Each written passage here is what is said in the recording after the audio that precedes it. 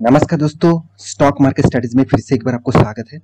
तो आज यहाँ पे मैं बात करूंगा इंडिया के एक बिगेस्ट कंपनी के बारे में। बिगेस्ट मतलब एक मोनोपोली बिजनेस करने वाला कंपनी के बारे में, जिसका नाम आप देख सकते हैं MCX।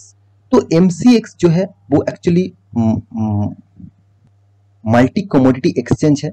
तो मल्टी कमोडिटी एक्सचेंज मतलब आप जिस मतलब आप कमोडिटी सेक्टर में आप ट्रेडिंग करते हैं, जैसे गोल्ड में, कॉपर में, सिल्वर में, निकल में, क्रूड ऑयल में, इस तरीके से जो कमोडिटी सेगमेंट में आप एक्सचेंज में आप मतलब आप ट्रेड करते हैं, सॉरी कमोडिटी सेक्टर में आप ट्रेड करते हैं, तो उसका टोटली जो मतलब एक जो एक्सचेंज है जो इसको कंट्रोल करते हैं वो उसका है MCX। जैसे देखिए NSE, BSE ये भी एक एक्सचेंज है, इसके माध्यम से कंपनीज को मतलब हैंडल किया जाता है। Same to same commodity markets को हैंडल करते हैं MCX। तो MCX मोनोपोली बिजनेस करते हैं और MCX के ऊपर आपको जरूर फोकस होना चाहिए, क्योंकि ये इंडिया के लार्जेस्ट कंपनी भी है। साथ ही साथ MCX जो है वो एक अकेला इंडाइसिस है जो टोटली कमोडिटी मार्केट को मतलब कवर करके रखा है। तो आज बात करूंगा MCX के बारे में, तो वीडियो को लास्ट तक देखिएगा। और अभी तक अपने इस चैनल को सब्सक्राइब नहीं किया तो जरूर सब्सक्राइब भी कर लीजिएगा, क्योंकि आपको daily basis stock market information update चाहिए तो इस चैनल पे बने रहिए। तो चलो देख लेते हैं आज के स्टॉक के बारे में। तो और एक मैं रिक्वेस्ट जरूर करूंगा, अभी तक हमने डीमैट अकाउंट ओपन नहीं किया तो उसका लिंक आपको नीचे मिल जाएगा, जाकर अकाउंट ओपन कर सकते हैं। और अभी तक अपने इंटरडे लेवल कॉल को ज्वाइन नहीं किया तो उसका भी लिंक नीचे दिया गया है, जाकर ज्वाइन कर सकते हैं। तो चलो देख लेते हैं आज के स्टॉक के बारे में। तो सबसे पहले मैं चार्ट पैटर्न के ऊपर जाना चाहूंगा। तो देखिए तो कंपनी ने किस तरीके से परफॉर्मेंस किया। तो 5 दिन का चार्ट पैटर्न दिखा दूं, अराउंड 9% तक आपको तेजी देखने को मिला। और एक मंथ की चार्ट पैटर्न ओपन कर दूं तो लॉसेस में है, वो भी 3% तक। और कंपनी ने 6 मंथ में अराउंड आप देखेंगे तो 25% तक लॉस दिया। तो 25% तक लॉस दिया, इसका मतलब ये नहीं कि कंपनी बर्बाद हो गया। तो बहुत सारे दोस्त कहेंगे सर कंपनी में तो लॉसेस चल रहा है, तो क्या मैं इस कंपनी से निकल जाऊं। देखिए आप अगर स्टॉक में बाई और सेल करते जाएंगे तो आप कभी भी इन्वेस्टर नहीं बन पाएंगे। साथ ही साथ आपका जो पोर्टफोलियो हो वो टोटली हमेशा के लिए नेगेटिव रहेंगे और आप लास्ट में यही कहेंगे, मतलब यही कह के मार्केट से निकल जाएंगे कि stock market is a gambling. साथ ही साथ स्टॉक मार्केट एक सट्टेबाजी जगह है। तो ऐसे बात मत करिए। आप स्टॉक मार्केट के ऊपर ज्यादा से ज्यादा जानकारी आपके पास रहेंगे तो आप अच्छा खासा पैसा जैसे कमाएंगे, साथ ही साथ आप अच्छा खासा एक इन्वेस्टर भी बनेंगे। तो देखिए इसके लिए आपको बहुत सारा चीज देखना है। देखिए 5 साल में कंपनी का परफॉर्मेंस क्या हुआ, 29% तक पॉजिटिव दिखा।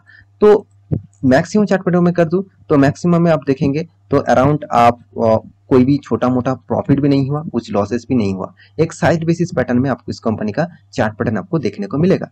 तो अभी इस कंपनी के जो परफॉर्मेंस है उसके बारे में बात करूं तो टोटली इस कंपनी का जो परफॉर्मेंस है वो आपको बहुत शानदार दिखेगा। तो इस बार कंपनी ने Q4 में जो रिजल्ट पब्लिश किया, जो जिस तरीके से रिजल्ट हुआ, वो किस तरीके से रिजल्ट हुआ वो आपको सामने अभी मैं आपको दिखा देता हूँ।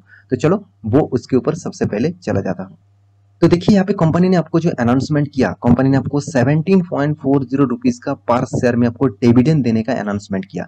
देखिए 17.40 रुपीज का डिविडेंड कोई खराब ही नहीं है, शानदार डिविडेंड है। कंपनी कंटिन्यूअसली आपको डिविडेंड दे रहा है, अराउंड 2.14% का डिविडेंड पहले से ही दे चुके हैं। देखिए डिविडेंड के यील्ड के हिसाब से यहाँ पे कैलकुलेशन किया जाता है। तो आपको नहीं पता डिविडेंड यील्ड कैसा है तो आप मुझे कमेंट कर सकते हैं, मैं उसके ऊपर अलग से वीडियो बनाने की कोशिश जरूर करूंगा। तो आज इस कंपनी के बारे में जो एक्चुअली जो रिजल्ट किस तरीके से हुआ उसके बारे में बात करूंगा। तो यहाँ पे मैं कंपनी के Q4 का रिजल्ट के ऊपर आ चुका हूँ। कंपनी का जो Q4 का जो रिजल्ट आया वो एक्चुअली लाखों में यहाँ पे दिया गया है। तो देखिए रिजल्ट आपको कितना शानदार दिखेगा, क्योंकि देखिए रिजल्ट शानदार मतलब कंपनी ने किस तरीके से ग्रोथ कर रहा है वो बहुत बड़ा इंपॉर्टेंट माना जाता है कोई भी कंपनी के लिए। देखिए इस टाइप कंपनी के ऊपर एक चीज मुझे जो अच्छा लगता है, कंपनी का जितना इनकम होता है उसके बेसिस से कंपनी का एक्सपेंस जो है वो 50% कम होता है। इसका मतलब आप समझ लीजिए, जो कंपनी का इनकम के हिसाब से उसका एक्सपेंस 50% से भी कम हो तो उस कंपनी का अर्निंग हमेशा कंटिन्यूअसली एक अच्छा खासा ग्रोइंग मूड में हमेशा देखने को मिलेगा। क्योंकि इसका एक्स्ट्रा एक्सपेंस कम होने का जो मेन रीजन है वो एक्चुअली कंपनी का जो एक्सपेंस है, चलो मैं एक बार आपको दिखा देता हूँ। तो टोटल इनकम के बारे में बात करूँ तो अराउंड 12,104 लाखों का है। चलो फिगर आप देख लीजिए लाखों में है। तो पिछले क्वार्टर में 10,000 था, पिछले सालों में 10,000 12,800 था। तो इस बार कितना था 12,100, पिछले क्वार्टर में 10,400, पिछले साल में 10,800। तभी देखना है एक्सपेंस कितना है। एक्सपेंस देखिए कौन सा एक्सपेंस है वो भी देख लीजिए। एम्प्लॉय बेनिफिट्स एक्सपेंस, मतलब जो इसका जो एम्प्लॉइज है उसके ऊपर एक्सपेंस देना पड़ता है, मतलब उसका जो ऊपर खर्चा है। सॉफ्टवेयर के चार्जेस है, उसका लाइसेंस चार्जेस है, उसके ऊपर एक्सपेंस है। कंप्यूटर एंड टेक्नोलॉजी कम्युनिकेशन की एक्सपेंस भी है। यहाँ पे देखिए डिप्रिसिएशन, ये भी एक एक्सपेंस है। Financial cost and others expense, देखिए कंपनी का जो मेन एक्सपेंस नहीं है वो है कंपनी का मैन्युफैक्चरिंग। तो कंपनी का कुछ मैन्युफैक्चरिंग ही नहीं है, तो इसलिए कंपनी का कुछ एक्स्ट्रा बेनिफिट्स यहाँ मतलब एक्सपेंस आपको देना नहीं पड़ रहा है। तो इसीलिए कंपनी 50% कम लॉसेस किया, सॉरी लॉसेस नहीं एक्सपेंस किया। जैसे 5,600 जो पहले पिछले बार था 5,800, पिछले सालों में था 5,800। तो बहुत शानदार यहाँ पर प्रॉफिट कंपनी किया। जैसे आप देख सकते हैं कंपनी का प्रॉफिट आफ्टर टैक्सेस, तो कंपनी का प्रॉफिट आफ्टर टैक्सेस देखेंगे तो आपको नजरिया कुछ चेंज हो जाएगा इस कंपनी के बारे में। 3,653, आप बोल सकते हैं 36 करोड़ का कंपनी ने प्रॉफिट किया। जो पिछले बार कितना था 3,446, इसका मतलब 34 करोड़ का प्रॉफिट किया। और पिछले साल में कितना था 3,844, इसका मतलब 38 करोड़ का प्रॉफिट किया। तो इसका मतलब आप समझ लीजिए पिछले सालों की कंपैरिजन में कंपनी का प्रॉफिट है वो थोड़ा सा कम हुआ, मगर पिछले क्वार्टर की तुलना से कंपनी का प्रॉफिट ग्रोथ हुआ। तो यही चीज मैं आपको यहाँ पे भी दिखाना चाहता हूँ कि कंपनी का जो प्रॉफिट रेशियो है क्वार्टर बेसिस, आप देखेंगे तो पिछले सालों में क्या था, पिछले सालों में था 49, सॉरी आप देखेंगे तो पिछले सालों में था 38 करोड़, जो इस बार कितना बना 37 करोड़, मतलब थोड़ा सा कम। मगर क्वार्टर बेसिस आप देखेंगे तो कंटिन्यूअसली कंपनी एक लेवल में काम कर रहा है, ये नहीं कि इस बार प्रॉफिट ज्यादा हो गया उस बार कम हो गया। तो यहाँ पे एक लेवल बेसिस चल रहा है, तो इसका परफॉर्मेंस भी अभी उसी लेवल में ही काम कर रहा है। जब इसका प्रॉफिट ग्रोथ बढ़ेगा उसका परफॉर्मेंस भी बढ़ेगा। देखिए कमोडिटी एक्सचेंज में पहले तो ट्रेड उतना ज्यादा नहीं होता था, उतना ज्यादा लोग कमोडिटी के ऊपर ट्रेड नहीं करते थे। अभी बहुत सारे लोग कमोडिटी एक्सचेंज के ऊपर ट्रेड करना चालू कर दिया, तो थोड़ा सा इम्पैक्ट देखने को मिला इस कंपनी के ऊपर। फिर भी देखिए थोड़ा सा नेगेटिविटी क्यों है, क्योंकि देखिए आपको कमोडिटी में ट्रेड करना है तो आपको डेरिवेटिव सेक्टर चूज करना होगा। तो डेरिवेटिव सेक्टर जब चूज करेंगे मतलब आपको फ्यूचर्स में काम करना पड़ेगा। तो फ्यूचर्स सेगमेंट में जब आप जब काम करेंगे तो इन्वेस्टमेंट आपको ज्यादा होना चाहिए। मतलब एक लॉट मान के चलिए आप एक लॉट कॉपर और निकल खरीदारी करना चाहते हैं तो अराउंड मतलब 2 लाख के आसपास आपको इन्वेस्टमेंट करना होगा। तो आप इतना इन्वेस्टमेंट शायद कितने सारे लोग एफोर्ड कर पाएंगे मुझे तो पता नहीं। तो उसके बेसिस से मुझे लगता है कमोडिटी सेगमेंट में थोड़ा सा अप्स एंड डाउन चलते रहेंगे। तो फिर भी देखिए एक इंडिया के एक लौते कंपनी है और एक अकेला ही कंपनी है जो इस मार्केट को कैप्चर करके रखा, इस फील्ड को पूरा के पूरा कैप्चर करके रखा। तो इस कंपनी के बाकी पैरामीटर दिखा दूं तो कंपनी का जो year of year basis company का परफॉर्मेंस है वो सेम टू सेम आपको दिखेगा।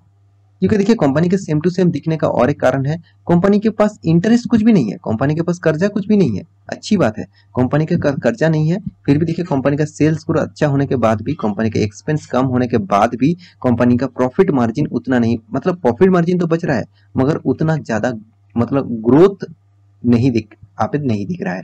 तो फिर भी देखिए कंपनी आपको कभी भी लॉस नहीं दिया। हाँ आप कहेंगे सर एक साल में तो 20% लॉस दे दिया, आप बोल रहे हैं कि ऐसा लॉस नहीं दिया। ऐसे बिल्कुल नहीं, कंपनी आपको लॉसेस तो दिया मगर मेरे हिसाब से एक साल में कुछ भी हो आपको लॉन्ग टर्म पीरियड में देखना चाहिए। तो लॉन्ग टर्म मतलब 3 साल में 15%, 5 साल में 5% और 10 साल में 3%। आप कहेंगे सर 10 सालों तक निवेश करने के बाद मुझे 3% रिटर्न मिला तो इस रिटर्न को लेकर मैं क्या करूं। अभी इन्फ्लुएंस रेट जो है वो 7.2% है। इसका मतलब मेरा तो इन्फ्लुएंस इतना ज्यादा होने के बाद भी स्टॉक मार्केट में निवेश करने से क्या फायदा। देखिए हर स्टॉक आपको हमेशा प्रॉफिट देगा ऐसे बिल्कुल भी नहीं। हमेशा आपको उस कंपनी के ऊपर मतलब बने रहना होगा जब तक आपका जो मतलब परसेंटेज आप रिटर्न चाहते हैं वो रिटर्न आपको ना मिले तब तक उसके ऊपर बने रहिए। अगर आपको परसेंट ऑफ रिटर्न मिल गया तो आप वहां से निकल सकते हैं। एक्स्ट्रा बेनिफिट के हिसाब से कंपनी आपको हर बार डिविडेंड देते रहते हैं, कंटिन्यू डिविडेंड देते हैं। तो कंपनी देखिए अगर खराब होते तो इंस्टीट्यूशन इस कंपनी के ऊपर निवेश नहीं करते। जैसे देखिए इसका प्रोमोटर तो नहीं है, एफएस के पास कितना 26% है, डीएस के पास कितना 48% है, तो पब्लिक के पास कितना 24% है। इसका मतलब देखिए इंस्टीट्यूशन इस कंपनी के ऊपर कितना ज्यादा इन्वेस्टमेंट करके रखा, आप इस बात को भी यहाँ पे अंदाजा लगा लीजिए। तो मेरे कहने का मतलब है आप इस कंपनी के ऊपर निवेश करके रखे हैं तो आपको कोई भी चिंता करने का जरूरत नहीं कि कंपनी में कुछ खराबी है, बिल्कुल नहीं, कंपनी में जबरदस्त परफॉर्मेंस है। तो फिर भी कंपनी में इतना वोलेटिलिटी क्यों है, क्योंकि कंपनी बहुत छोटा है। ओनली 6,500 करोड़ का मार्केट कैप है। तो एक मिड कैप टाइप कंपनी है, तो इतना छोटा कंपनी में वोलेटिलिटी आपको तो दिखेगा ही, और वो भी आपको कंटिन्यू भी कर सकते हैं। जब तक कंपनी का मार्केट कैपिटलाइजेशन मतलब एक लार्ज कैप तक नहीं पहुंच पाते, तब तक इस तरीके से वोलेटिलिटी आपको हमेशा देखने को मिलता रहेंगे। तो आशा करता हूँ सारी जानकारी आपको मिल चुका है। मेरे इस वीडियो आपको कैसे लगा कमेंट जरूर करिएगा। मिलते हैं नेक्स्ट टॉक लेके, तब तक के लिए अच्छे से रहिए, अपने ख्याल रखिए, बाय बाय।